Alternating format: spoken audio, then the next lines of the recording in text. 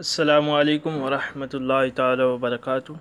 अस्सलातु वस्सलामु अलैका या रसूलल्लाह सल्लल्लाहु ताला अलैहि वसल्लम। अल्लाहुम्मा फ़्तह अलैना हिकमतका वंशुर अलैना रहमतका या ज़ल जलाली वल इकराम।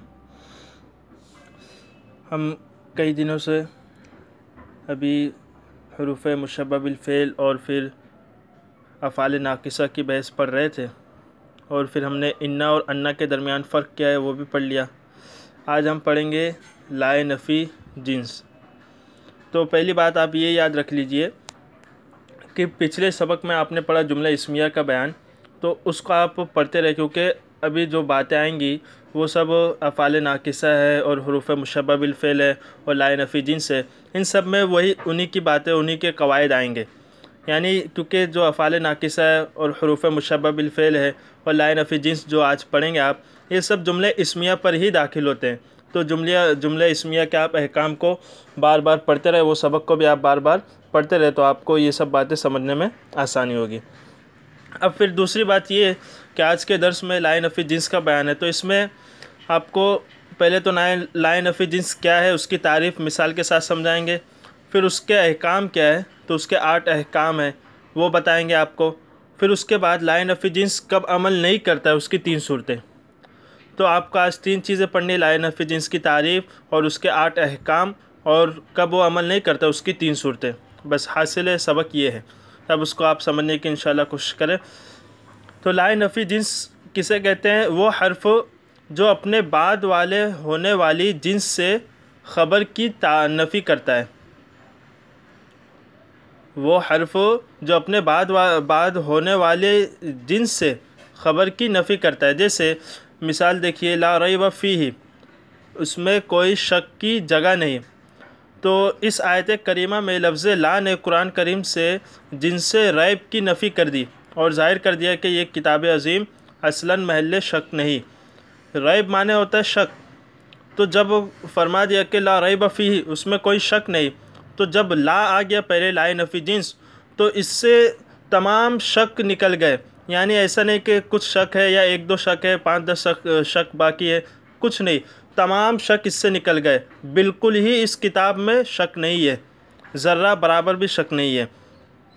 तो ये पूरी जिन्स की नफ़ी हो गई, यानी तमाम की नफ़ी कर दी। तो ये ला की वजह से, क्योंकि शुरू में लाए नफ़ी जिन्स है। फिर है अब उसके इस्म और ख़बर के अहकाम, क्योंकि जुमला ये भी जुमला इस्मिया पर ही दाखिल होता है जैसा कि मैंने बयान किया। तो अब उसके 8 अहकाम है वो देखिए कि लाए नफ़ी जिन्स जुमला इस्मिया पर दाखिल होता है। एक बात और याद रखिएगा, ये हर्फ है लाए नफ़ी जिन्स, ठीक है, जैसे कि तारीफ़ में बयान किया।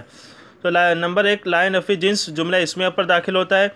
मुब्तदा को ला का इस्म और ख़बर को ला की ख़बर कहते हैं। जैसे आयत करीमा में रैबा लाए नफ़ी जिन्स का इस्म है और फ़ी उसकी ख़बर है। ये जैसा कि आपने हुरूफ़ मुशब्बह बिल फ़ेल और अफ़ाल नाक़िसा में पढ़ा कि उसके इस्म और ख़बर होते हैं, इसी तरह से इसका भी इस्म और ख़बर होते हैं। अब फिर नंबर 2, इसके इस्म और ख़बर के वही अहकाम हैं जो मुब्तदा व ख़बर के अहकाम हैं, तो आप उसके सबक को भी देख लीजिए मुब्तदा व ख़बर का। नंबर 3, इसकी ख़बर हमेशा मरफ़ू होती है। जैसे ला सुरूरा दाइमुन, इसकी जो ख़बर होगी लाए नफ़ी जिन्स की वो हमेशा मरफ़ू होगी, उस पर रफ़ा आएगा। जैसे कि ला सुरूरा दाइमुन, तो दाइमुन ये ख़बर है, सुरूरा उसका इस्म है। तो ये तो ख़बर के मुतालिक बता दिया, लेकिन रहा इस्म तो उसके मुतालिक बता रहे, मगर इसके इस्म की चंद सूरतें हैं। यहाँ 3 सूरतें बयान कर रहे हैं, तो इस्म होगा वो 3 सूरतों में अलग अलग होगा। तो उसकी अब सूरतें क्या है वो देखिए। नंबर 1, मुज़ाफ़ होने से मुराद ये है कि किसी दूसरे कलमा की तरफ उसकी इजाफ़त की गई हो। नंबर 3 चीज़ें बयान की है, मुज़ाफ़ हो, मुशाबे मुज़ाफ़ हो, मुफ़रद नकरा हो। तो आप एक एक चीज़ों को बयान करेंगे। मुज़ाफ़ किसे कहते हैं, उससे क्या मुराद है यहाँ पर? तो मुज़ाफ़ होने से मुराद ये है कि किसी दूसरे कलमा की तरफ उसकी इजाफ़त की गई हो। जैसे ला गुलामा रजुलिन ज़रीफ़ुन, मर्द का कोई ग़ुलाम ज़हीन नहीं। तो इस सूरत में ये बग़ैर तनवीन के मंसूब होगा, क्योंकि मुज़ाफ़ पर तनवीन नहीं आती। तो आपने पढ़ा कि जो लाए नफ़ी जिन्स का इस्म होता है वो मंसूब होता है और ख़बर मरफ़ू। तो अब यहाँ पे मंसूब तो है लेकिन तनवीन के साथ नहीं है, बग़ैर तनवीन के। ला गुलामा रजुलिन, गुलामन नहीं आया, क्यों? क्योंकि मुज़ाफ़ पर तनवीन नहीं आती। तो ये एक सूरत हो गई। फिर नंबर 2, मुशाबे मुज़ाफ़ होने से मुराद ये है कि मुज़ाफ़ तो ना हो लेकिन वो ऐसा कलमा हो जो अपना माना देने में मुज़ाफ़ की तरह माबाद का मोहताज हो। ये मुशाबे मुज़ाफ़ का माना बता रहे हैं कि मुशाबे मुज़ाफ़ से क्या मतलब है कि वो ऐसा कलमा हो जो अपना मुज़ाफ़ की तरह अपना माना बताने में दूसरे का मोहताज हो। जैसे ला ताली अन जबलन मौजूदन, इसका माना देखिए कोई भी पहाड़ पर चढ़ने वाला मौजूद नहीं। तो इस सूरत में ये तनवीन के साथ मंसूब होगा। अब पहले तो बता दिया कि मुज़ाफ़ हो तो बग़ैर तनवीन के मंसूब होगा। अब इस मुशाबे मुज़ाफ़ हो जैसे तालियन है तो ये मुशाबे मुज़ाफ़ है, हकीकत में ये मुज़ाफ़ नहीं है, तो यहाँ पे तनवीन के साथ मंसूब है। तो इस सूरत मुशाबे मुज़ाफ़ तो तनवीन के साथ मंसूब होगा। ये दूसरी सूरत हो गई। फिर तीसरी सूरत बताते हैं कि नकरा मुफ़रद नकरा। तो अब उसको देखिए, नकरा होने से मुराद ये है कि मारिफा ना हो, और मुफ़रद होने से मुराद ये है कि मुज़ाफ़ या मुशाबे मुज़ाफ़ ना हो। मुफ़रद से ये मुराद नहीं कि मुफ़रद हो तो इसका मतलब ये कि तस्नीया और जमा ना हो, नहीं, बल्कि मुफ़रद होने से मुराद ये है कि वो मुज़ाफ़ या मुशाबे मुज़ाफ़ ना हो। तो मुज़ाफ़ और मुशाबे मुज़ाफ़ की दोनों सूरतें आपने देख ली, उनमें से ना हो तो समझ आइए मुफ़रद। तो तीसरी सूरत मुफ़रद नकरा हो, जैसे ला रजुला मौजूदुन, कोई भी मर्द मौजूद नहीं है, और इस सूरत में ये मबनी बर फ़तहा होगा। तो इस सूरत में ये मबनी होगा उसका इसम। तो इसम के मुतालिक पहले तो आप देखिए कि लाए नफ़ी जिन्स के इसम और ख़बर के 8 अहकाम बयान कर रहे थे, उसमें से 2 आपने पढ़ लिए, ठीक है, 3 पढ़ लिए। फिर तीसरे में आपको इसम की 3 सूरतें बयान की कि मुज़ाफ़ होता है, उसको भी आपने समझ लिया मिसालों से। फिर मुशाबे मुज़ाफ़ हो, उसको भी आपने समझ लिया मिसालों के साथ। फिर मुफ़रद नकरा हो, तो ये 3 सूरतें इसकी हो गई।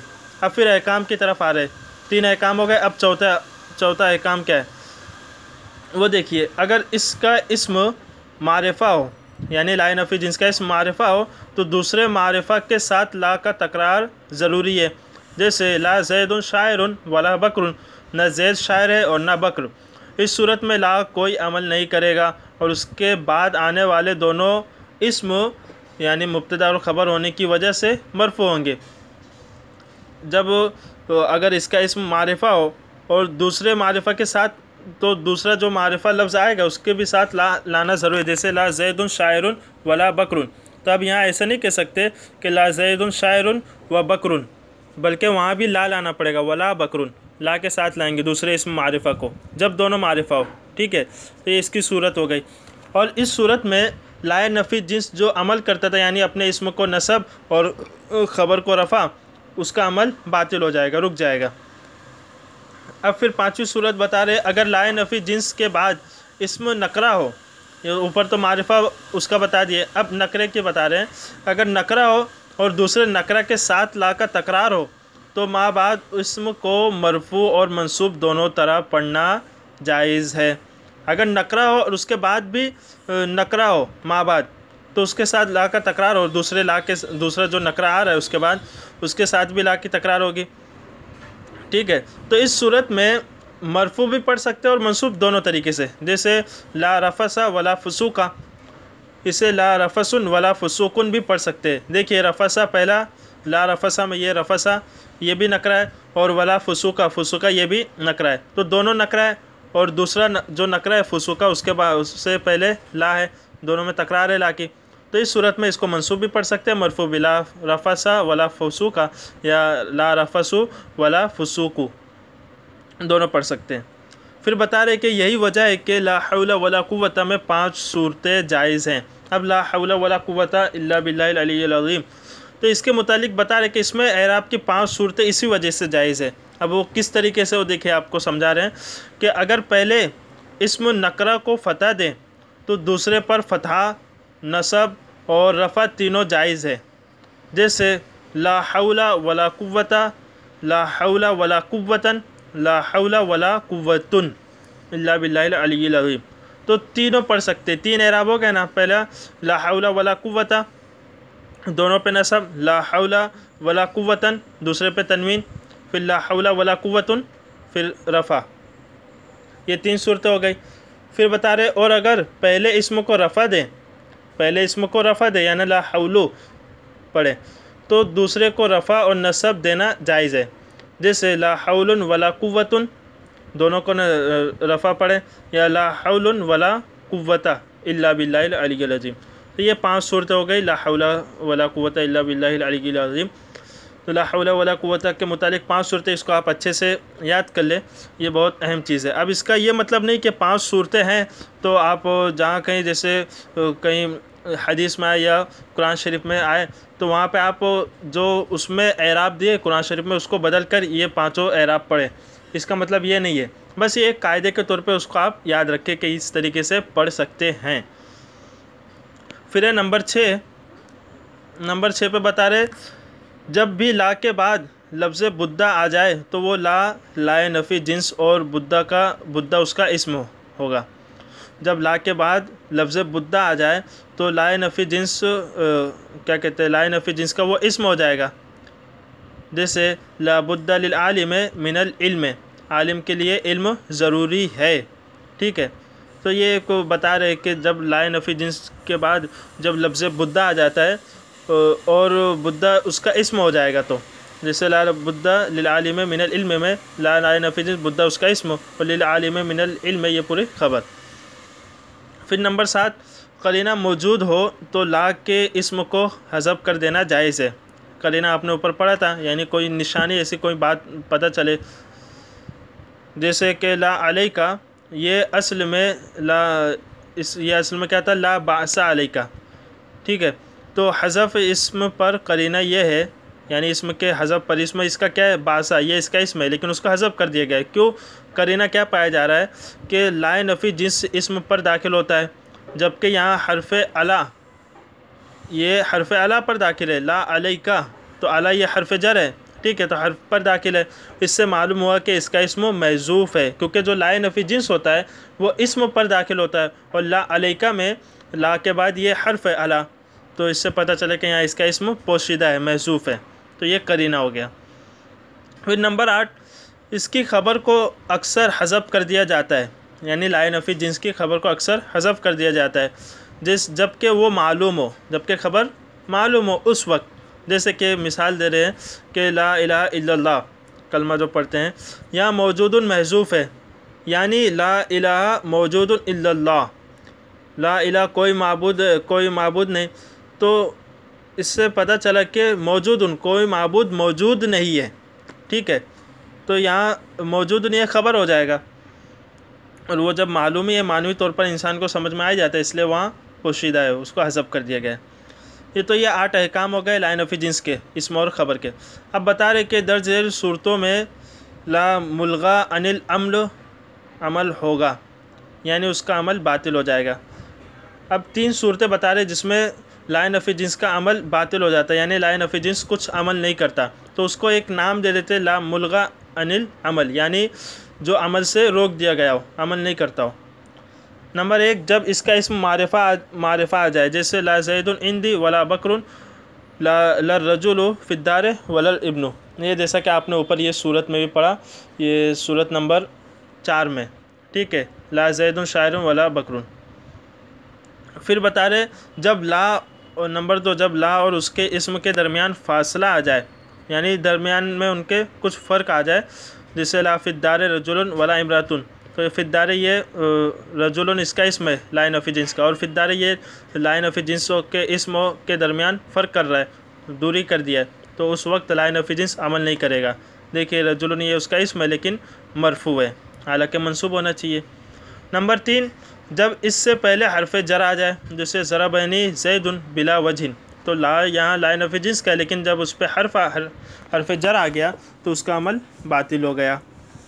तो उम्मीद है कि आपको सबक समझ में आ गया होगा, तो इसको आप बार बार दोहराएं अगर ना समझ में आए, और अगर कुछ फिर भी ना समझ में आए दोहराने के बाद तो इंशाल्लाह मुझसे पूछिए, मैं समझाने की कोशिश करूँगा।